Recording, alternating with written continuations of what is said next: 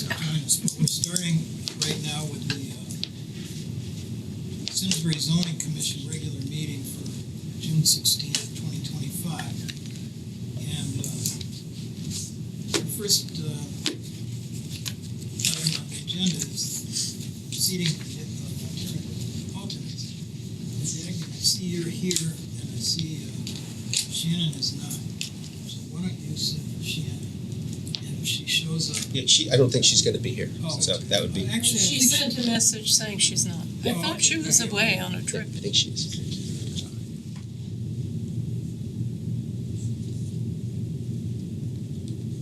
Okay.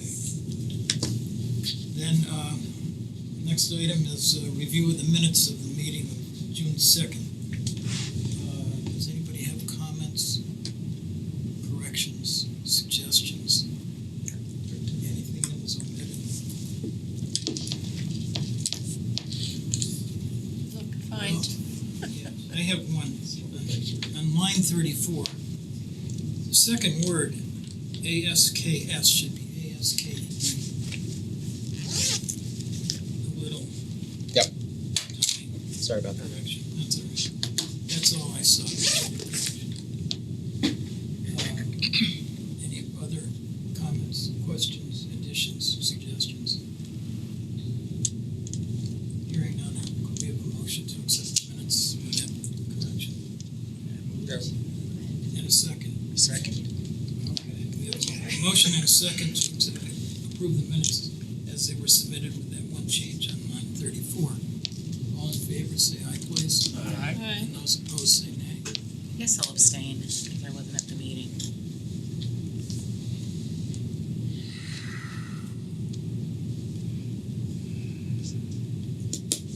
Okay.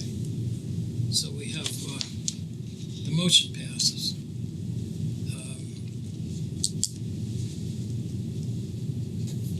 Our next item, moving on, is two public hearings. The first one of which is application 2507. Did you read the notice? Sure. Application ZC number 25-09. Town of Simsbury, owner Tom Taberski, applicant for a special exception pursuant to section 6.3 and section 12 of the Simsbury zoning regulations to construct a two-sided information kiosk located in the floodplain at Pinchot Sycamore Tree Park, Hartford Road. Assessors map G15, block 108, lot 001B, zone R40. Did you want to say anything? I just, so I think Tom Taberski is here with me tonight. Tom, why don't you come join us? Director of Parks and Culture, Parks and Recreation. And so I think this is a fairly straightforward request. Again, the reason it's a special exception is anytime there's construction in the floodplain, it requires a special exception. So this is for a new kiosk or replacement of the old kiosk in a different location. Right, we would take out the one that's marked in blue on the map there and replace it with the one in yellow. It's on the other. It's closer to the tree. If you're looking at the monument that's in front of the tree, it would be just to the right of that. It's a more visible location. The Wild and Scenic River folks have a grant that they're going to pay for the construction of the new kiosk. It's more informational. The front panel will talk about the river and conservation and the work of the Wild and Scenic River organization. On the back side, the side of the tree will be the history of the Pinchot Sycamore. We know we get a lot of visitors there. It's going to benefit not only the residents but the tourists who come to town as well.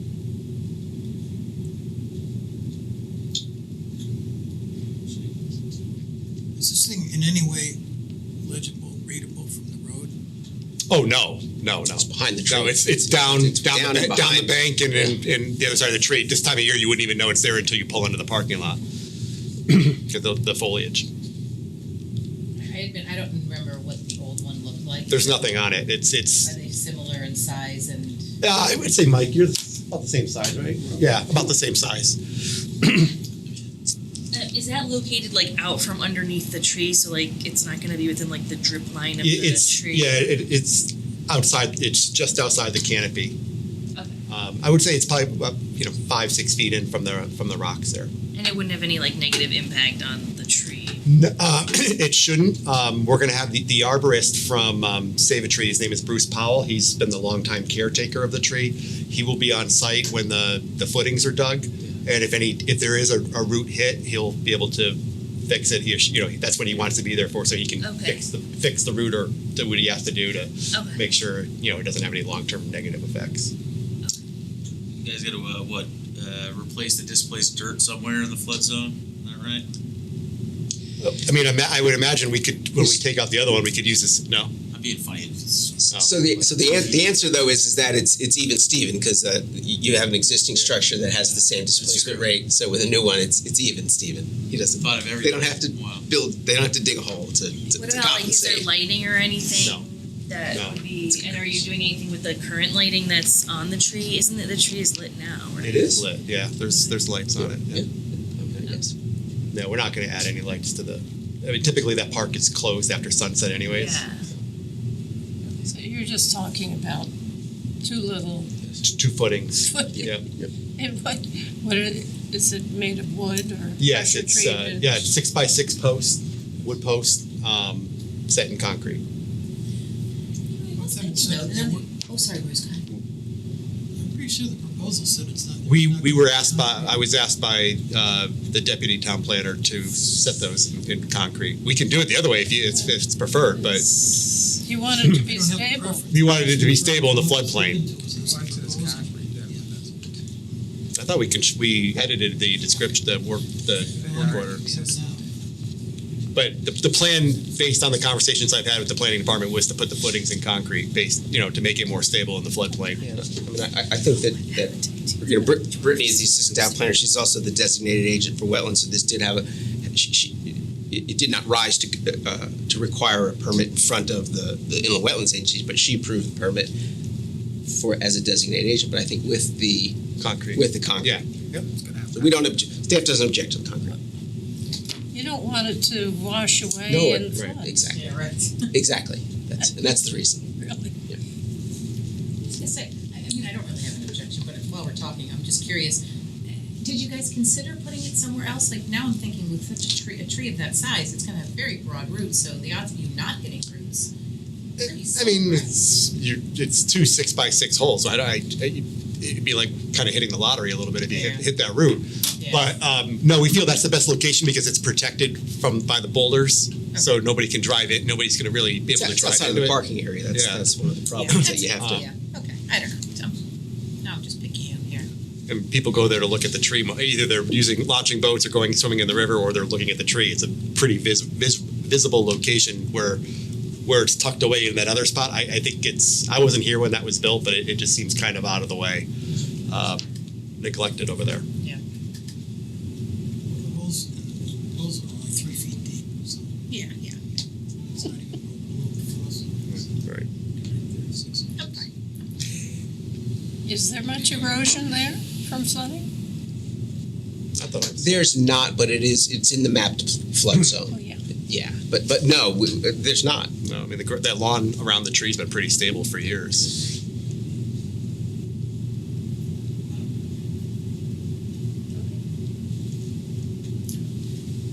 Anything else you wanted to raise? Questions? So it is a public hearing. Anybody else wanted to? I was gonna get I don't have anything to add, no, sir. well, why don't we move to the public? Is there anyone here that would like to make comments on this proposal? Who's not a member of the commission? No, don't get another chance. Anybody want to make a comment? No.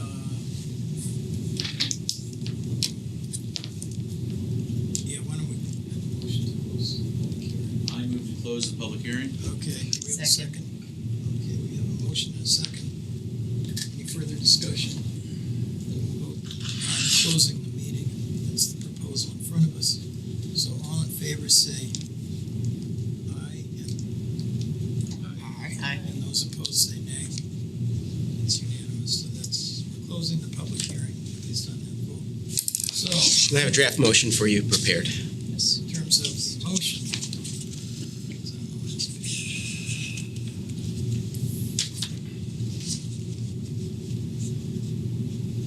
put one on the screen for you. It's right there. It's easier. Anybody want to volunteer to read the motion? Sure. I can read it.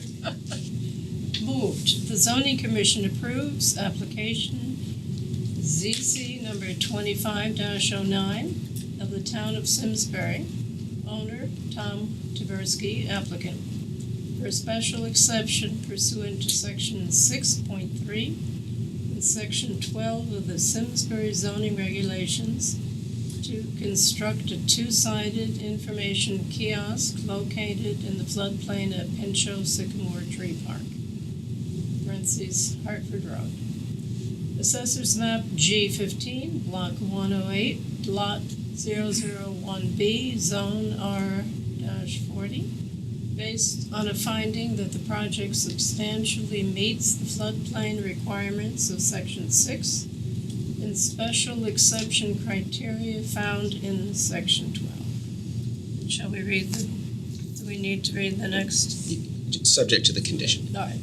The project shall be developed in substantial conformance to the application and plan submitted with application ZC 25-09 dated May 14, 2025.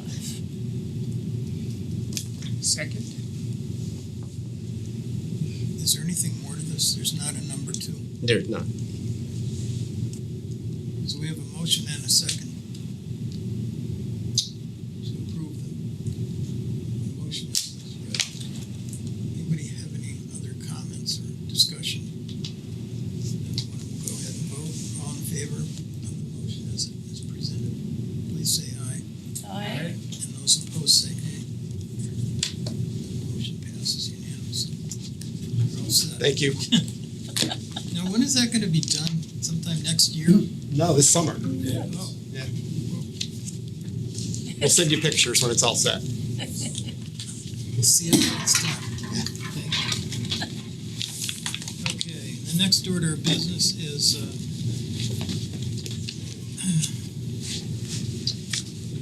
application 25-11. Sure. Application ZC number 25-11 of the town of Simsbury, owner Thanks, George. Adam Kessler, applicant for a special exception pursuant to section 6.3 and section 12 of the Simsbury zoning regulations to construct an approximately 3,000 square foot multi-use trail in the floodplain on the west side of Tarrfield Road between Hop Meadow Street and Curtis Park.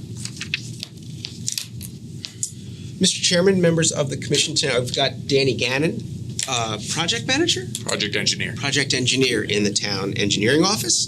He's our applicant tonight. Yeah, so, essentially an identical type of application, a special exception for activity work in the floodplain.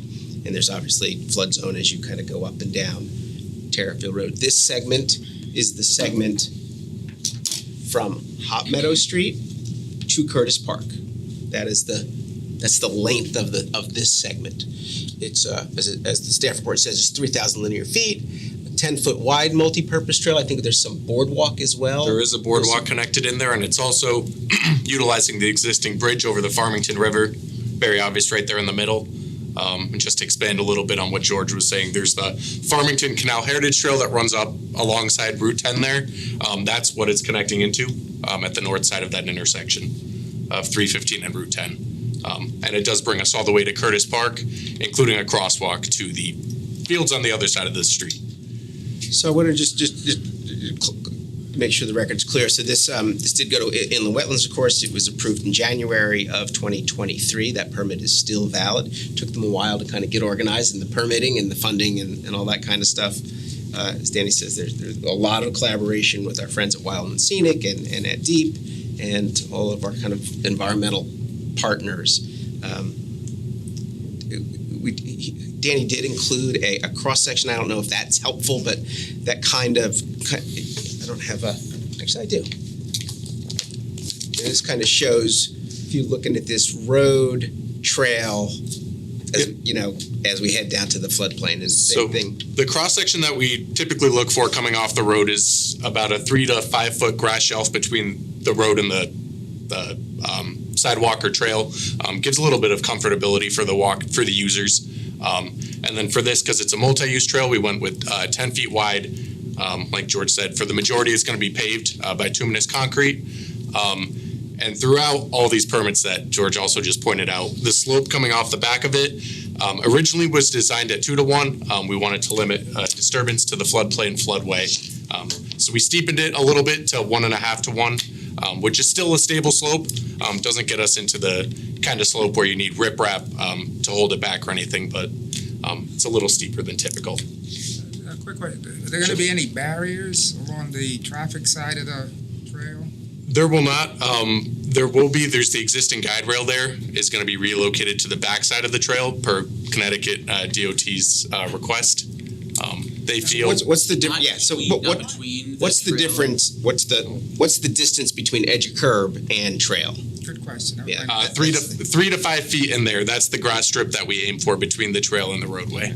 Typically 3 to 5 feet. It does vary a little in or out. So there were no safety concerns? Nope, that's a typical. That's same on 189 as you go Yeah, I've from noticed that. Terrifield to Bloomfield. It's going to be a little similar, maybe a little more separated than that one. I always comment on that when I drive by, that it would be nice to have a barrier there, but apparently Right. it's- Yeah. DOT. DOT's Their lawyers get involved. I guess they had something in that regard where they got sued for a guide rail being between the two. It's their preference to have the guide rail on the backside of the trail now. That's where it was left with us. We prefer the guide rail in the middle. We tried to fight for it. So But- what was their reasoning? I wasn't involved at that point, so I don't want to speak. They'd rather you hit a pedestrian than at the car. That was an argument we had. They don't get sued if they hit the pedestrian. They do if you hit the guardrail. So you think I'm joking? I'm not. I've seen road die at public hearings before. I see. You said it better than I could. Yeah. It's again, I can't speak for them, but that's where we landed with it. So they're gonna incur an expense to move the guardrail. Well, the guide rail would need to get replaced anyways as part of the project, see. but they're replacing it as you can see here. Well, it's hard to tell. It's existing here, and they're shifting it to the backside of over here. And I have a printed copy if you guys have trouble So reading where are up there. the boardwalks and whatever? Yep, so the boardwalk, thank you, middle button.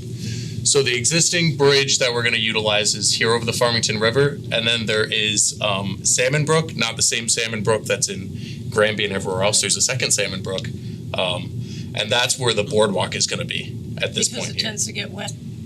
Because there's a water course There- that we need to there's- cross. Does it go under the road? It does. There's an existing culvert underneath 315, Okay. sort of running that way. Are you factoring in the fact that it floods up to the road at least once a year? We are, yep. Yeah. So the materials will be able to Withstand all of that, exactly. So you'll be able to walk down the 10-foot wide, 3,000-foot long thing even after it floods. We're hoping it depends on the flood. It'll be underwater a little bit, but you can walk on it. Sure. There will be a level that'll be underwater. The boardwalk will be raised above, if that clarifies that part. Another question, this may be outside your scope, Right. your presentation this evening. Has there been a final decision made on how you're gonna connect from Curtis Park to the trail in Tarryville, or is that still under review? I wouldn't call it a connection. That's something that is in planning. The state is sort of taking over that phase of it. Right. The path that was explored was going through the back of sort of Governor's Bridge there in Terrifield Park, crossing up the river using the old trail abutments there, or the old, railroad abutments there, up towards sort of right across from where Big Y is on Route 10, is where it would come in. That's what's being explored at this time. So they're not talking to connect, the plan is Not to. directly Because I've to always this is a standalone project. understand the urgency of this particular piece of trail, because I live in Terrifield. Right. And that's the part that does, I don't know, it works fine, you know. This connects users to the park right there. That's Right, so Okay, so it's just but to so get I access. kind of thought it was a first step into the part that I really am interested in, which is the part connecting Terrifield. Yeah, that's kind of how it was presented at the very beginning of everything, but yeah, at this point, this is a standalone project connecting the park to the trail. And correct me if I'm wrong, but the funding and the engineering gets a lot more complicated Of with course. that Of course. the I get that, Tarryville area I get connection. that. This is a lot simpler to do. This is A moment more on this. It's my understanding that the Board of Selectmen had approved the concept some months ago of that crossing. I didn't hear a use use of those, the existing. The piers from that old railroad, yeah. It's in that area. Yep. That, in fact, I think Adam told me that it's in that area, but Right. there was no mention of using it. Yeah, it still needs to be surveyed, all that needs to be checked to make sure it can be used, but that's what's being explored at this time. So I think we've had enough of this. It seems to me that it's a little late for exploring. Well, This thing's been on the table Right. for, I don't know. I'll leave that up to the Board of Selectmen and Yeah. their decisions there. But this was originally approved a few years ago, you're saying? So this piece went to the Inland Wetlands Commission, again, from the Hot Meadow to Curtis Park piece. Yeah, that's long approved, right? Yeah. But then you've got, what is this costing? So the total estimate we just received from our design engineers was just over 2 million, which is being funded through a TA grant, which is a federal grant. Okay, So at no cost to the town on the construction side of things. Hopefully that answers. big The other bucks. side of things. It is. Well, the design Design engineering. is on town. Design and engineering, I think we're paying for, right? Exactly. So the That- purpose of that- this that- is, That money's spent anyway.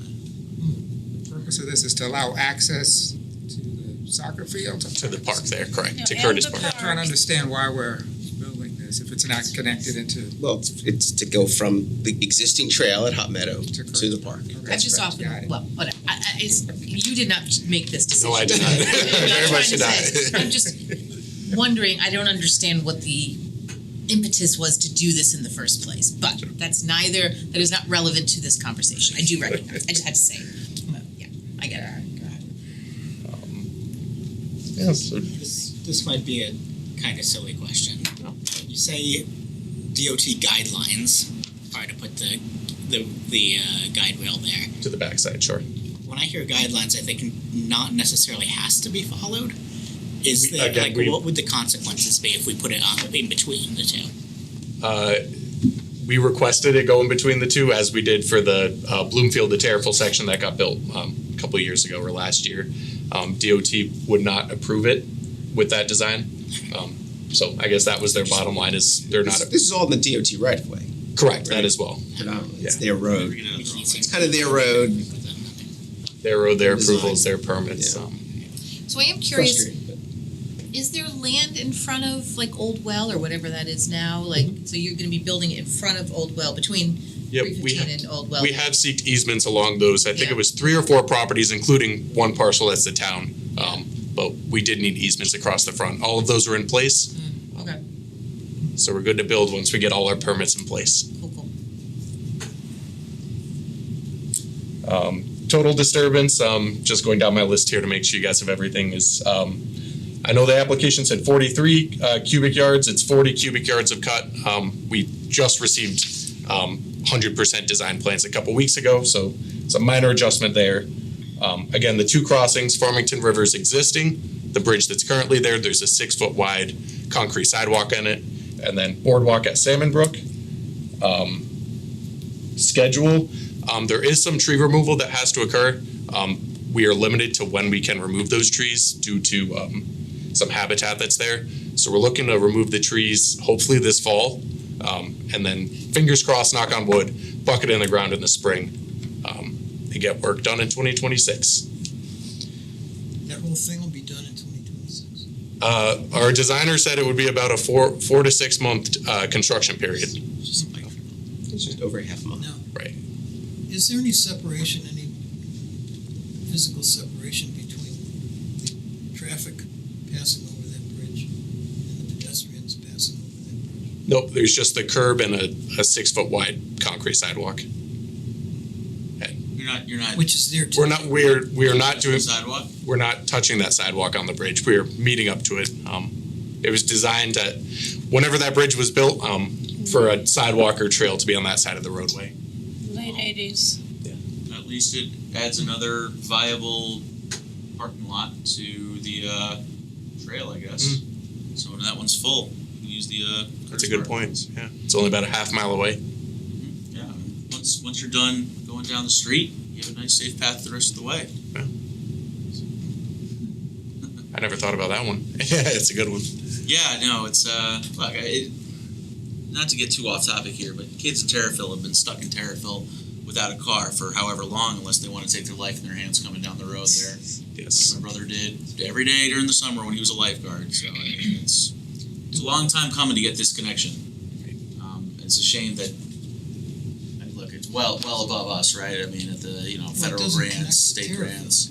Well, I know, but I'm saying it's just in general that getting a non-motor vehicle way to get out of Terriffill into Simsbury has been a huge goal for a lot of people in the village. I understand that this was originally meant to be a part of that, and this is kind of we're salvaging what we can, and if the feds are paying or the state's paying, who's paying? Federal. Feds Federal are paying, grant. man. I mean, Yep. sure, why not? All right. Well, it gives kids a chance to ride their bike to the soccer field, I guess.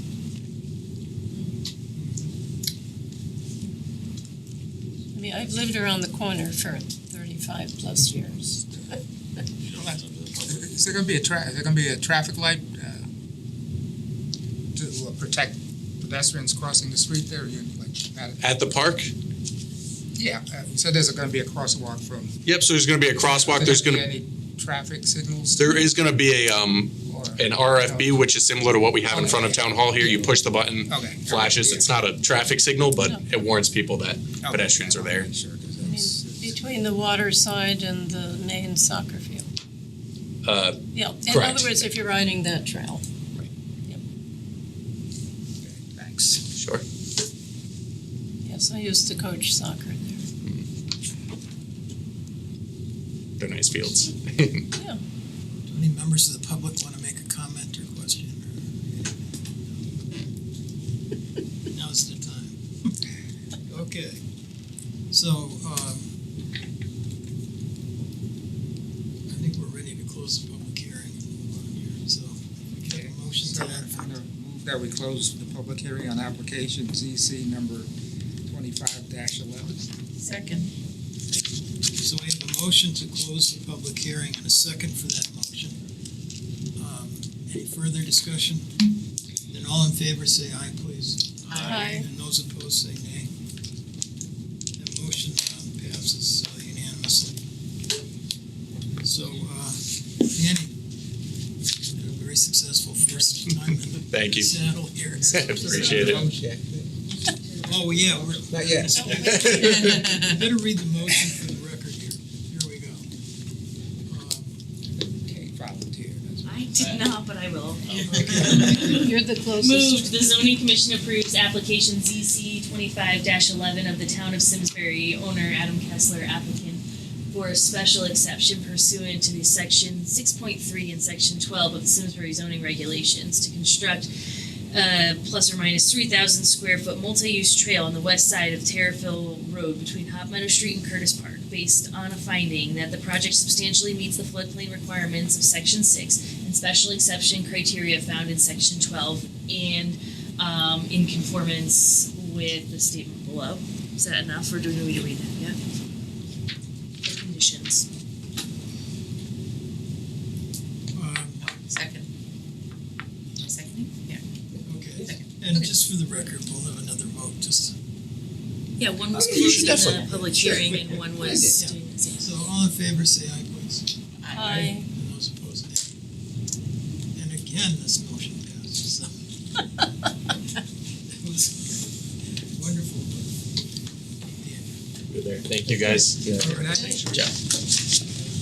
That's a good example of PM, other people's money.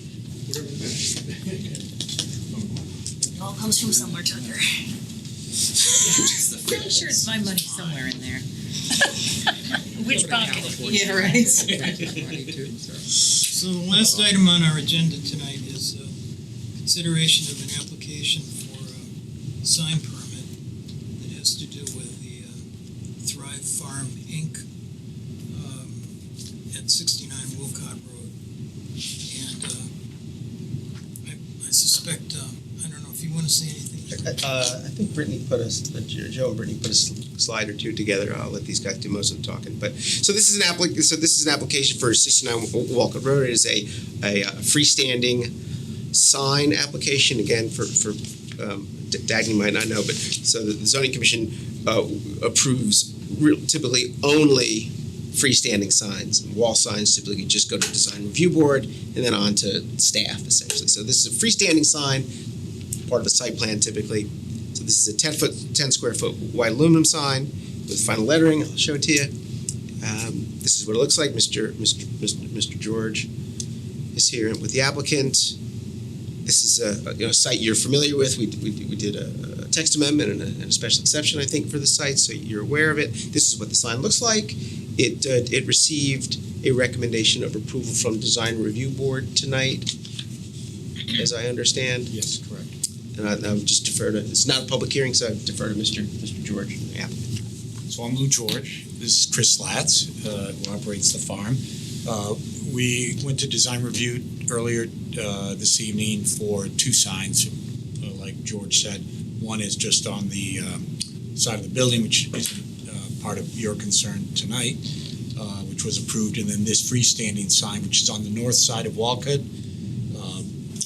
We originally had it as just Thrive Farm, but we had a meeting with the town manager and a couple of the Board of Selectmen a little while back, and they suggested adding Simsbury Community Farm or something to show that it's a town farm. So we've added that language in there. There are two posts already in existence for what a sign that had been there before, so it's in basically the same location. That's the look and feel of it, and that's where post and panel is the one we're looking at today, right there. So on the farm side, essentially. Yes, on the farm side. And then the design review had a condition that the landscape around the sign, that the applicant work with the staff on that design of bushes and mulch, which Chris said he could probably find some mulch somewhere.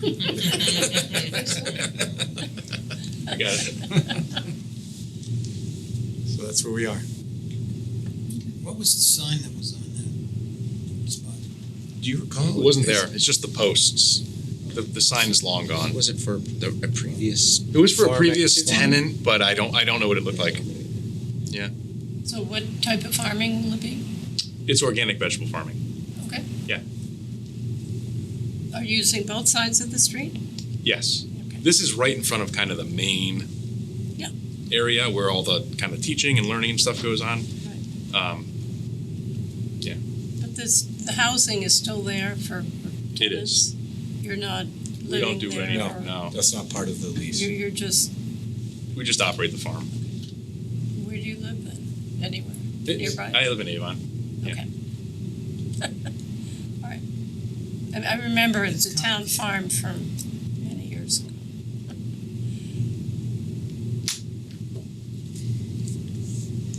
Did you have anything else you wanted to say? Comments, questions? Seems pretty straightforward. I don't have any questions on this one. Okay, if there's no questions or comments, let's give a motion to approve this Sure do, Mr. Chair. application. Yes. I will. I move that the zoning commission approves application ZC number 25-12 of Thrive Farm Incorporated applicant Town of Simsbury owner for a sign permit to install a 10 square foot freestanding sign for Thrive Farm at 69 Wolcott Road, Assessor's Map 102 Block 439, Lot 002, Simsbury, Zone 1-I-1. Approval is subject to the following conditions. Prior to the issuance of a building permit, the applicant shall provide a landscape plan to the satisfaction of the planning department. Second. So we have a motion and a second, and we've read the motion. Any further discussion? All in favor, say aye, please. Aye. And those opposed, nay. Motion is approved unanimously. Thank you. Thank you. Okay.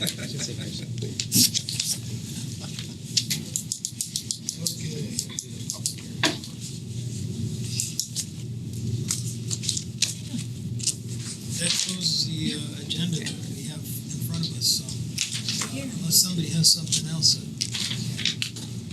needs to get heard tonight, how about a motion to adjourn? So moved. Second. Oh, I thought we had So we have a motion and a second to adjourn the meeting. All in favor, say aye, please. Aye. Those opposed, say nay.